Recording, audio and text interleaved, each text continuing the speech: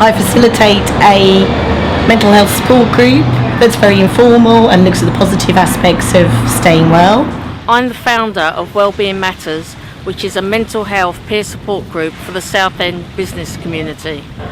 I'm Dawnette and I'm supporting conversations about mental health in Southend from a variety of areas. I'm very heavily involved in expanding awareness around mental health with regards to culture.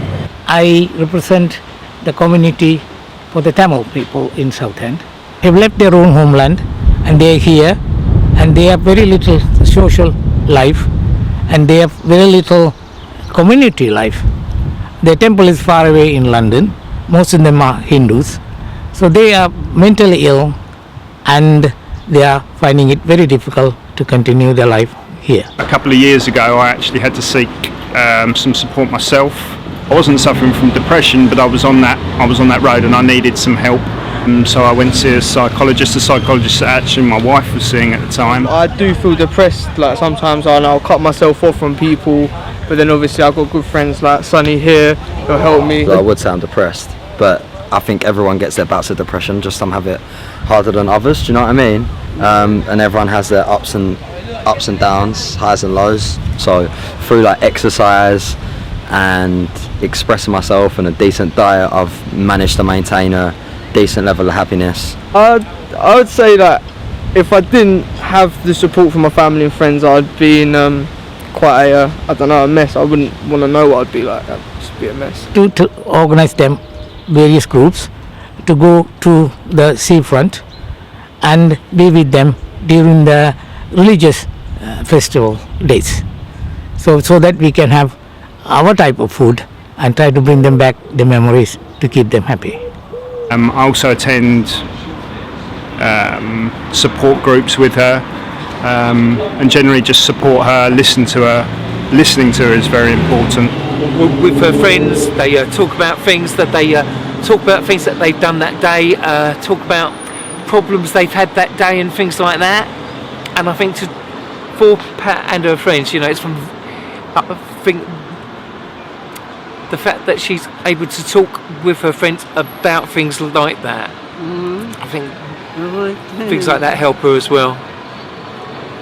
I generally will counsel on people quite a lot and I become quite antisocial, so I've got a few friends that if I counsel on them about 2 or 3 times, they know that I'm not in a good place. Just to have a conversation with someone, just to say, how are you doing? And my guys that I support, they all support each other. Someone might say, oh man, I'm feeling really anxious about doing this certain thing, and someone else within the group is going to say, come on, let's talk about it. Why are you feeling wobbly? What's that all about? And that conversation just helps to get it out rather than it being stuck in here all the time. I like to, be there for my friends. And mental health issues it's quite harmful. It's quite hurtful. It can lead to like self-harm and death. Like people leaving their families, leaving countries and stuff. So like it is what it is, I guess. I'm an art therapist and I work at Net Park Wellbeing, running community mental health art projects in the park. We offer them weekly 2-hour sessions where they can come in, sit down, relax, have a cup of tea, coffee, and have access to iPads and traditional art materials to make art, whilst being in the presence of a trained art therapist. My name is Gina and I'm chair of Transpire, which is an LGBT support network based in Southend. Our role is to provide peer support to the trans community in Southend and beyond the whole of South Essex. But we also support people in relation to family members, other people who sit within the LGBT community. One of the things that affects our community is mental health, and the role that Transpire plays is supporting people who experience poor mental health. The nice thing is that go home and to know that you've helped somebody. Yeah, and that's it. Yeah. Family and friends listen to me and they have some understanding. Well, I cope with my painting and my writing, playing music. And anything you can get your head stuck into and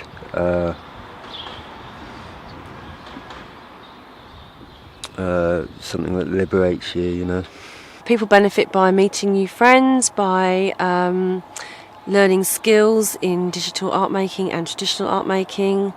They're in a safe space, it's contained and held, and we also have links to art projects that are ongoing within the town. And as soon as I opened up to one person, it became easier to talk to others, and eventually I was able to talk to my doctor, and it just opened up avenues of support for me. I work for a small charity supporting vulnerable people that might have a range of wide issues such as housing, or it could be stressful lives. Sometimes we have a lot of care leavers, people that have been fleeing domestic abuse, or they are still in abusive relationships. I love what I do. I'm working with someone and supporting them, and see them coming in the other end is an amazing thing to be able to do. The support I've received from the workplace, certainly back then and through to present day, has been absolutely invaluable. The way that we choose to cope with that and the support that we choose to seek is really important. Within the group of people that I support, it's really important that those guys are connecting and to encourage an open dialogue about mental health. That is good mental health for everybody. Sometimes people need ongoing support, sometimes there's people that might need in and out of support. We work with a lot of people that have mental health issues, long term, short term. And I have my own small charity, a constituted group called Southend-on-Sea, and that's about providing small pots of money, small funds of money to encourage people to do things within their community.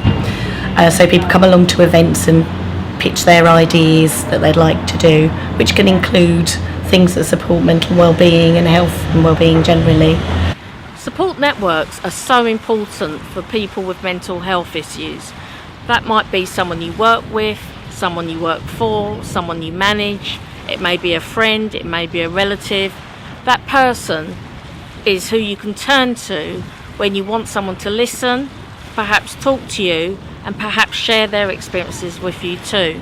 And there is a fantastic support network for many people that have mental health issues, but actually there are lots of people that don't have any form of support network. They lose their friends, they lose their jobs, they lose members of their family who have turned their back on them, and it does break my heart sometimes when I listen to these stories, and I think that is such a real shame.